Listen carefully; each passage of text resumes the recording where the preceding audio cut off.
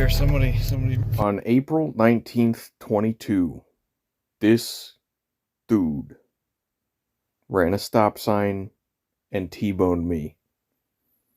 I had 2 friends with, and I took the full force of a 3/4 ton pickup truck to the rib cage.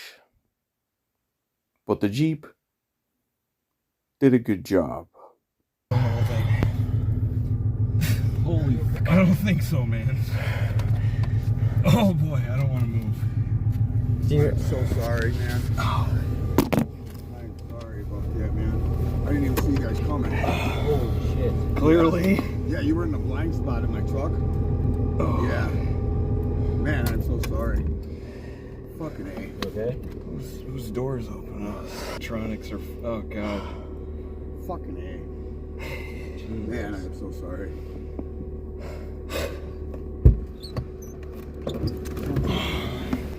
You okay? Generally? I don't know. The door hit my rib cage pretty damn good.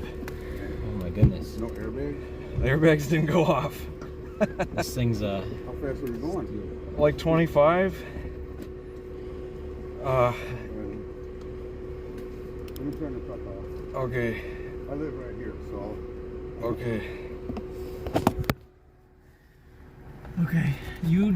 Yeah, I don't want to move. Here. Film as much as you can. Holy moly.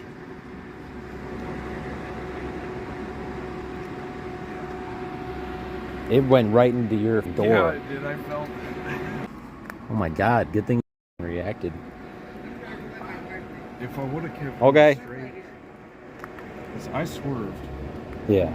The driver's door, right? I'm Yeah. gonna call the cops. Yeah, you get on that. You keep recording everything. Okay. Don't stop. I got glass in my mouth. Oh my god, dude. I'm glad you're okay. Holy shit.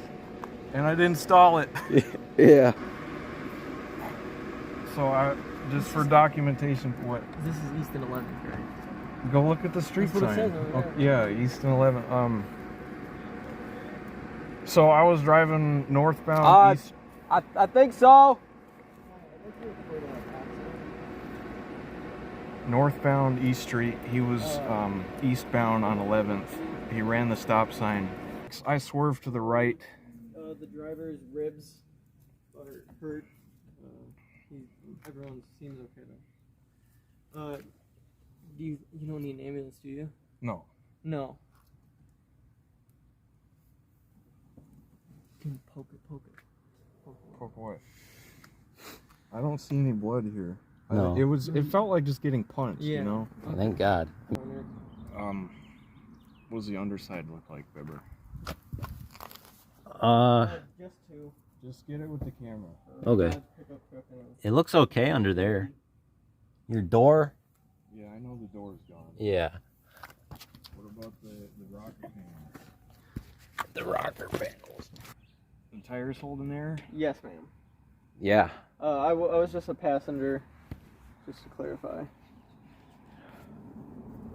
Yeah. All right, thank you. Okay. Take pictures.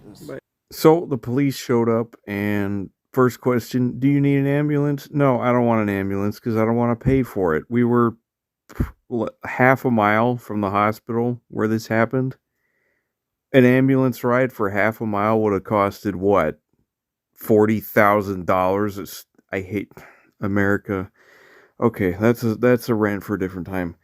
But anyway, I was able to climb out the passenger side, and then we found out the guy who hit me doesn't have insurance, nor does he have a license.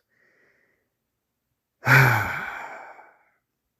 C-capped the guy. In just the past 8 months, this dude has gotten over 10 tickets for not having a license, not having insurance, and for driving under the influence.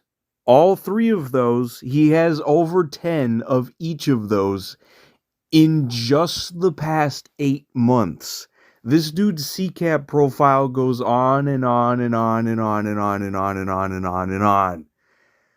Why is he still on the road? I don't even know if he was arrested at this point. Like, as far as I know, this guy is still out there driving around. If I needed one more reason to hate living in Wisconsin, this would be it. Stupid, lenient ass road laws. These people can just drive around with no care in the world, and all they get is a slap on the wrist and a $150 ticket. Next question. Do you need a tow truck? No. I don't want to pay for that either. I'm a cheap bastard, okay? But we drove this thing home. After getting T-boned by a Dodge Ram 2500, we drove it home. Can you hold me? Yeah. This as well.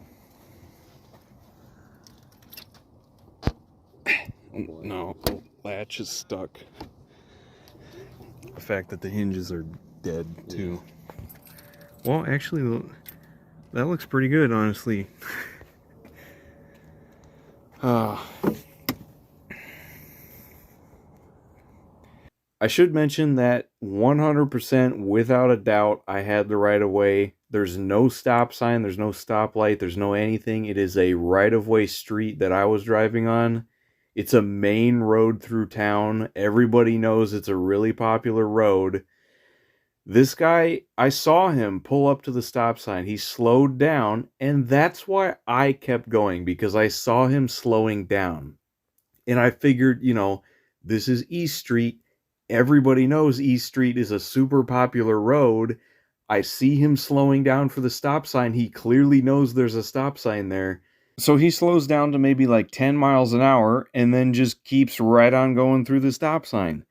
And at this point, the only thing I could really do was slam on the brakes. And when I realized that was not going to be enough, I swerved to the right. So he kind of hit us at like a 45-degree angle right in the driver's door. Now, my father went to the scene of the accident after the fact and noted that the Jeep left 4 tire marks that are about 30 feet long. So all 4 of my wheels locked up hard enough to leave rubber scrapes on the road. But the guy's truck, nothing. If anything, 1 skid mark, and it was only about 3 feet long, and it didn't even start until after he hit us. So he was on the accelerator until after he hit us. It just baffles me. How can people be this dumb? I managed to get both doors open. This one I just shoved a crowbar right here, and it pried right open. This one I just pulled the latch from the inside.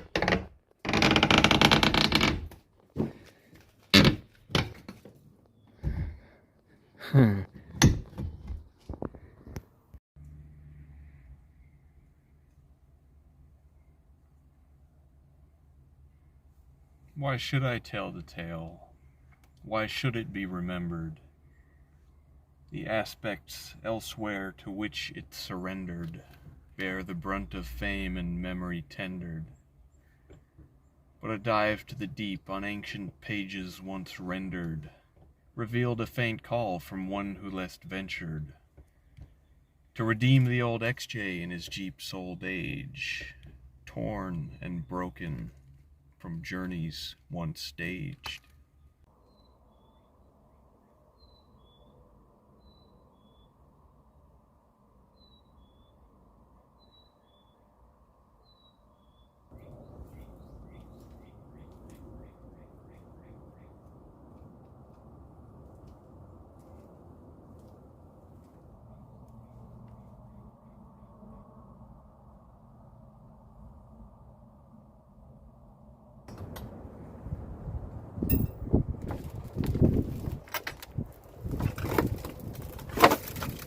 That's right. Come on. Oh my god, that's a lot of glass. I'm gonna have to vacuum that up.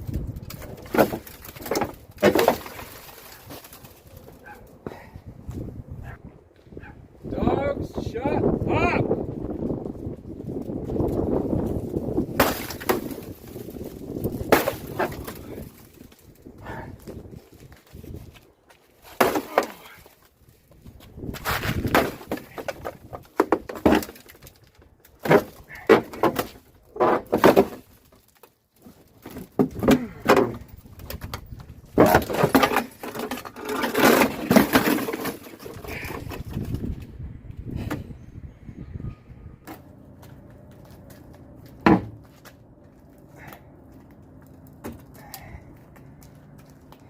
side doors on an XJ.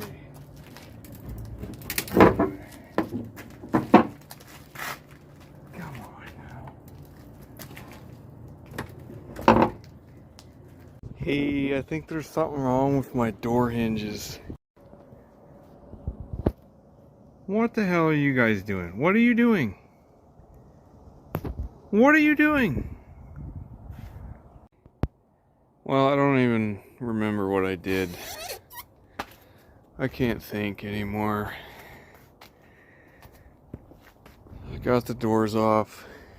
This thing failed right where it was supposed to. I've tried to bend it back out. I can't get it with a sledgehammer. It's not, I don't think it's fixable because of this. This is bent. And I guess whenever the A-pillar gets bent, it's done for.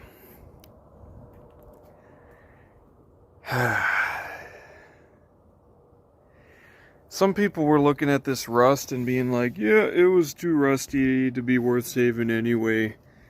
Man, what the hell? You people in Southern California have it so easy, you have no idea. This, by Wisconsin standards, for a 2001, this is pristine right here. I'm not even kidding. This is nothing. You should have seen the Comanche before we got that fixed. I was driving around watching the front drive shaft spin inches away from my legs. This is nothing. So when somebody looks at the damn thing and sees this kind of rust right here, they're like, oh, yep, the whole thing's toast. You may as well not even stick any money into it. Shut the hell up. God, you people, you have no idea how miserable it is to live here if this is considered fine. Look, I mean...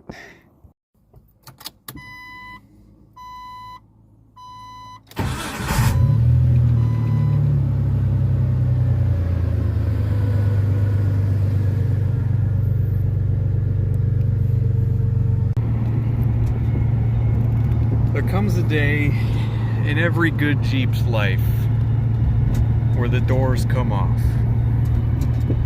Maybe not all of them at first. Long have I dreamed to take the doors off of this thing. I just never wanted to commit to it because once you do take them off, they never line up again. And this thing was really nice. So I didn't want misaligned doors and leaking door seals, you know. But alas, my life's work was taken from me in an instant.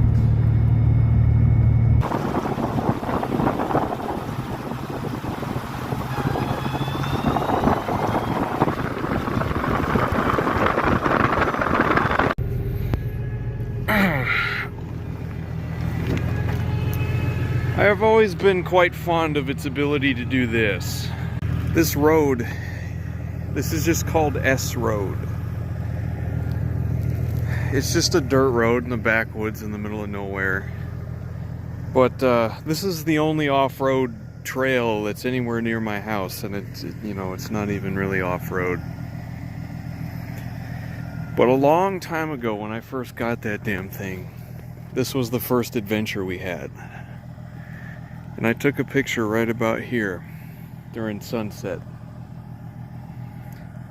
Since then, we've been so many other places, done so many things.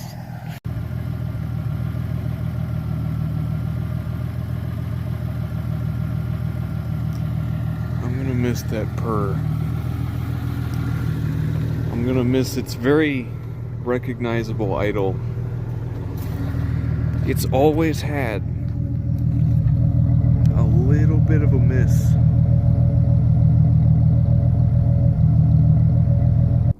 Alright, this is a really disorganized video. I don't know where I last left off because it's been like 5 days since I've filmed anything. I've basically just been working. I don't know what to think. And I think the chaotic video structure perfectly resembles what my mind is like right now. I don't know how to cognitively think anymore. Hey, one of my vent hoses is unplugged. So what the current plan is, I'm going to sell the MJ so I can get some money. And then I'm going to buy another XJ. So I'm going to take off the grill here because I'm going to keep this. And if you're wondering where the hell this 21 slot grill came from, there's a unreleased video about that. Probably link it in the description if you want to watch it. It'll be public someday. But I found a Wagoneer up in the middle of nowhere in Minnesota. So a lot of you are probably thinking, why don't you just save the XJ, man? Oh, that's upside down. God damn it. As is usual with crash footage, the pictures, the videos, they don't do it justice. I was quoted over $10,000 to fix the thing. And some of you would be like, whoa, you could do it yourself for like 500 bucks. And well, maybe if I knew anything about bodywork. I don't know the first thing about bodywork. I don't have the patience for it. Making sure everything is all lined up perfect, you know, because the doors got to line up, the doors got to seal. I can't do none of that. What I can do is take out an engine, but you want me to replace a fender? No. This Jeep is the physical embodiment of you can't replace a fender. This has been dented for the entire time I've owned it, and I do not care. I don't care. I don't want to fix it. I don't want to deal with it. I can take out a transmission 6 times over, but I am not replacing a fender.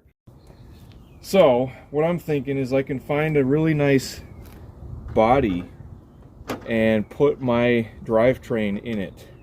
And that way, the heart and soul of the Reclaimer would live on with a new shell.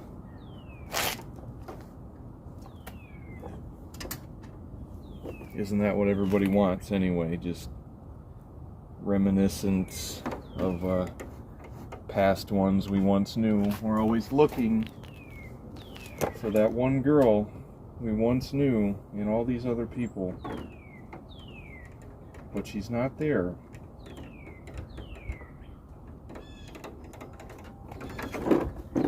It's only after we've lost everything that we're free to do anything.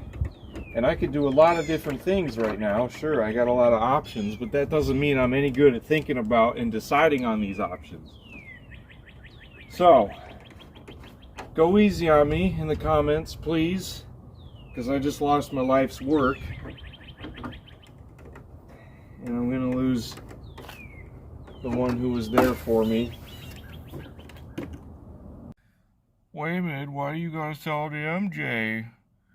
Because this thing is not in any state to be a daily driver. It's just... it's a ship box and it gets me from A to B. But it's gonna need a new clutch soon.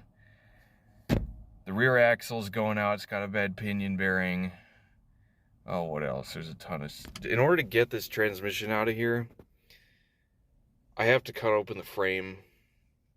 Because a previous owner, he took this transmission out to replace the clutch. And I think he rebuilt it anyways. Nah. Anyway, when he took out the cross member, he broke all 4 bolts. So he cut open the frame and punched the bolts out, put new ones in, but he didn't weld them to the inside of the frame, so they're just freely spinning in there, and then he welded the frame back shut.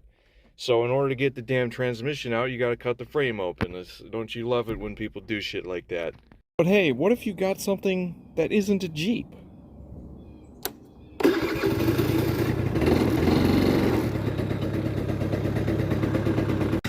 Check out my sweet new ride, boys. No. This is my dad's project. This is a 1989 Honda Elite.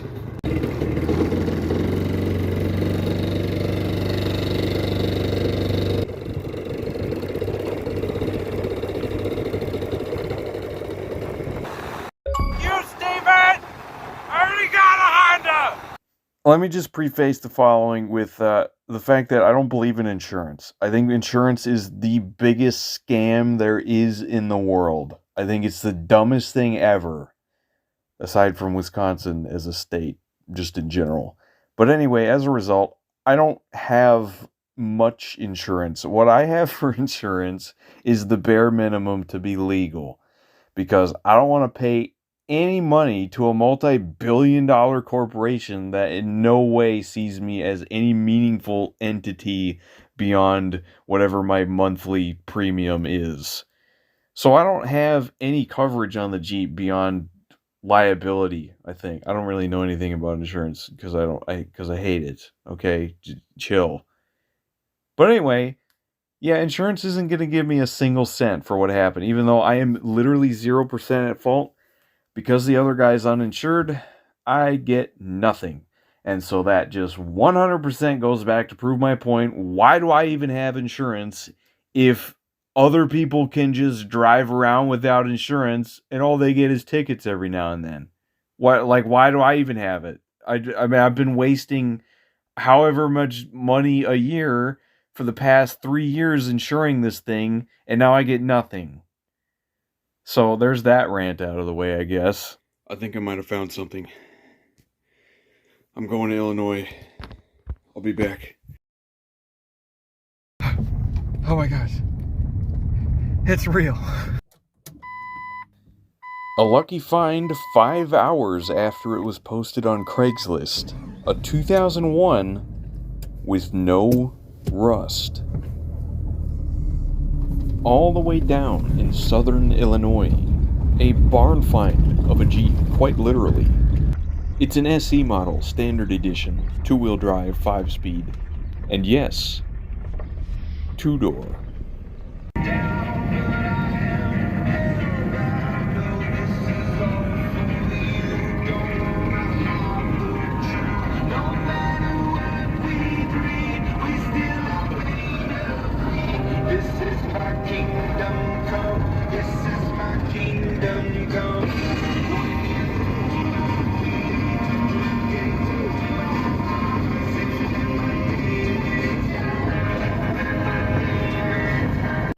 This is my breakfast. It's like 11 a.m. I just woke up, man. Give me a break. But anyway, I found this beautiful machine. This beautiful, beautiful machine. Yes, very, very beautiful. This is a 2001 2-door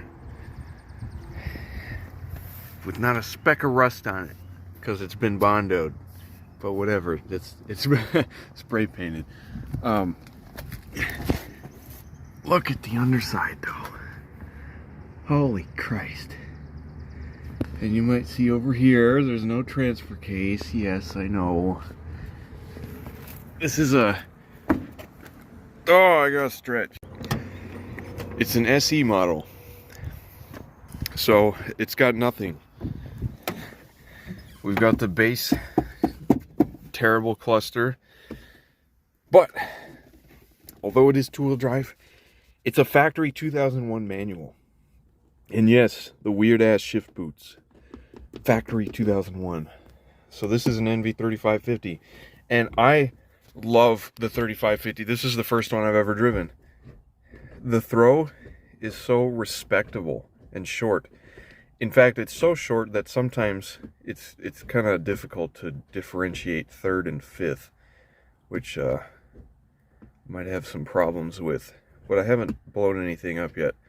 Anyway, reverse is synchronized. I love that. All of the gears feel super smooth. It's super easy to get them in and out of all the gears. The sucker has 252,000 miles on it. It continues to baffle me. I still don't believe this Jeep exists. Look, there's cup holders back there. So it need, you know, it's a bit of a fixer-upper, a little bit. But a base model like this with no features, that gives me plenty of video opportunities. How to install an overhead console. How to 4-wheel drive swap a Jeep. How to not go insane after losing your life's work to some guy in a Dodge Ram.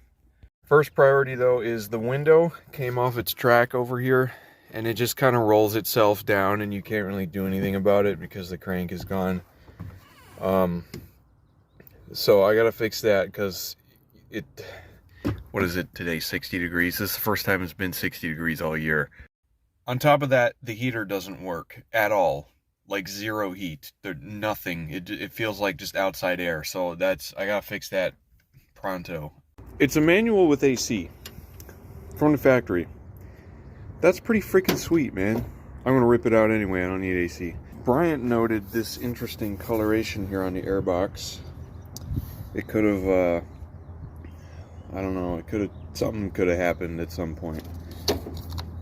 Let's check in here. Oh, look at that. Something ain't right there. Yeah, we didn't even check that when we bought it. I was just too excited that it was a two-door. There's coolant in there, though. It's all muddy. So it's probably got a cracked head, which wouldn't be surprising for 250,000 miles. I still can't believe it. But I just drove this thing literally 7 hours to get it back home. So that's what I was doing all day yesterday. Anyway, I've got a cylinder head right here. There's another video opportunity, how to replace cylinder head. But man, am I gonna miss this thing.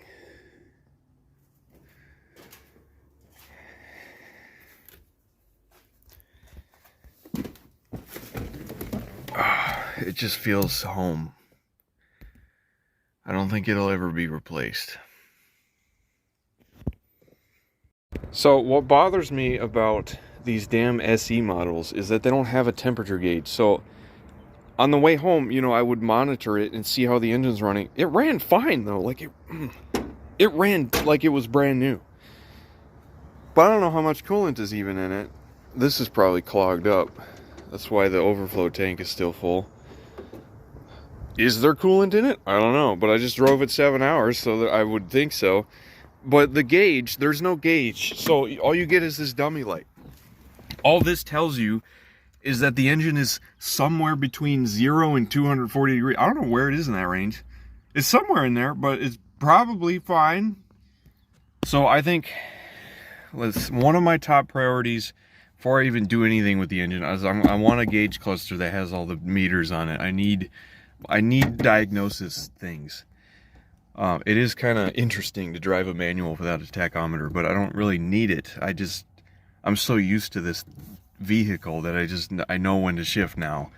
But what I do need are a voltmeter, an oil pressure gauge, and a temp gauge. Those are the ones I can't live without. So at the very least, it's going to need a new radiator, and I'm going to need to tear the engine apart, at least the top half. The good news, though, is I've done all of that, and I know how to do it. So this right here, I mean, I feel like if a lot of people bought a car, they'd see this and shit their pants. But I have confidence. If it already runs fine, how bad can it be? Well, there's obviously some coolant in it. It's leaking from the water pump. So, that's actually a good sign. I got the door panel off. I'm gonna try to see what's wrong with this window. This little thing, I mean, it's not even documented anywhere. On the models with manual windows but power mirrors, this little piece right here is a very unique part. See, I just popped it up out of the armrest thing, and the connector was in its own little cubby in the door, so it was kind of hard to get that off. But that's, other than the mirrors, you know, this is like the only electronics in the door. And to my surprise, there's actually wires for the tweeters. I was not expecting there to be tweeter wires just sitting here, so that's pretty cool.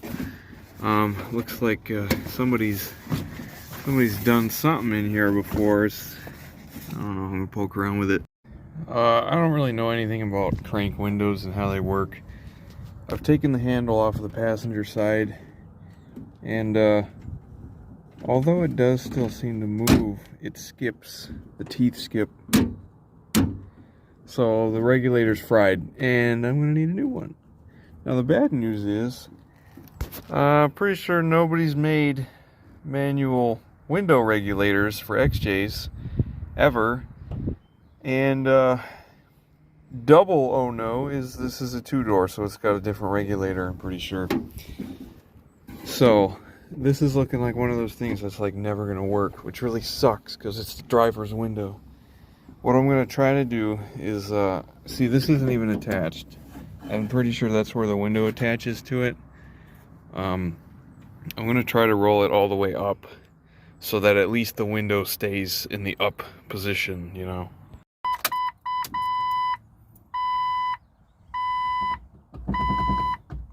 So ignore the miles on here. This is another gauge cluster I just had in my closet.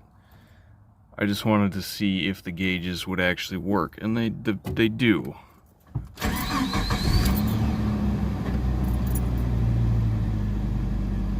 So it's got good oil pressure, at least when cold. It's got good battery voltage. It idles right where it should, you know, it's cold right now. So at least I know those things. And I don't want to drive it with this cluster in here because I need to find a way to transfer the miles off of this one. There's a video out there where a guy hacked into one of these, and there's this little module chip in the back that you can get the miles off of it and put it on a new one. So I'm gonna have to figure out how to do that.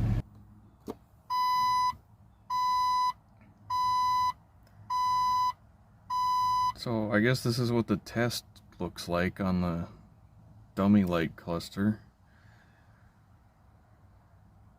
It's kind of interesting. I guess it doesn't even have these two lights if they're burnt out. I don't know.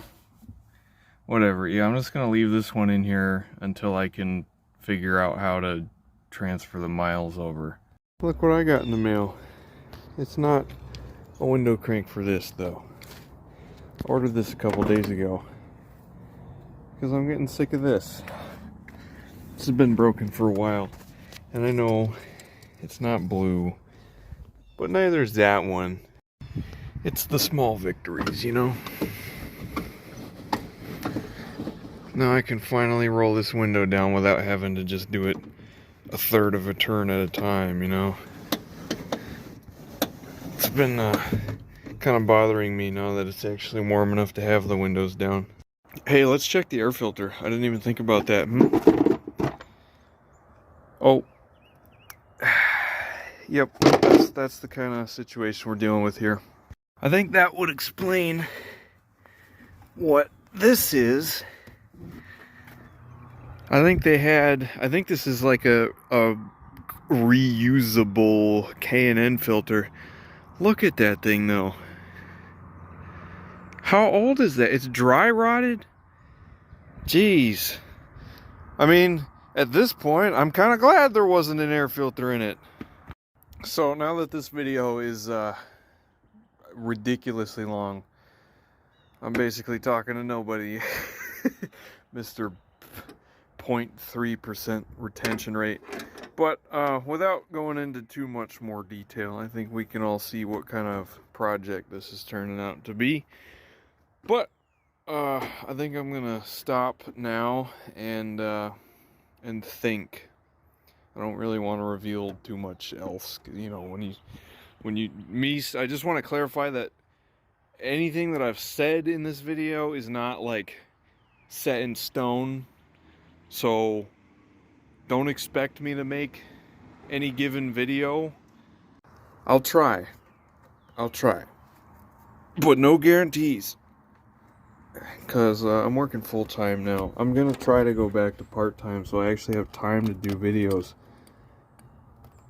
I didn't ask to be put on full-time, they made me, and I can't. I mean, YouTube's like a second job. I need time to do this stuff. It literally is a second job. And if I'm working 40 hours a week, then I can't. I mean, videos take years to make at that point. You know, I need 3 days off in a row. You know what I mean? So I'm going to see what I can do about that. And get some sleep. And sell that thing. And report back with hopefully some good news. But I don't know, thanks to anybody who actually watched the whole video. Maybe there's sunlight out there. Not in Wisconsin though.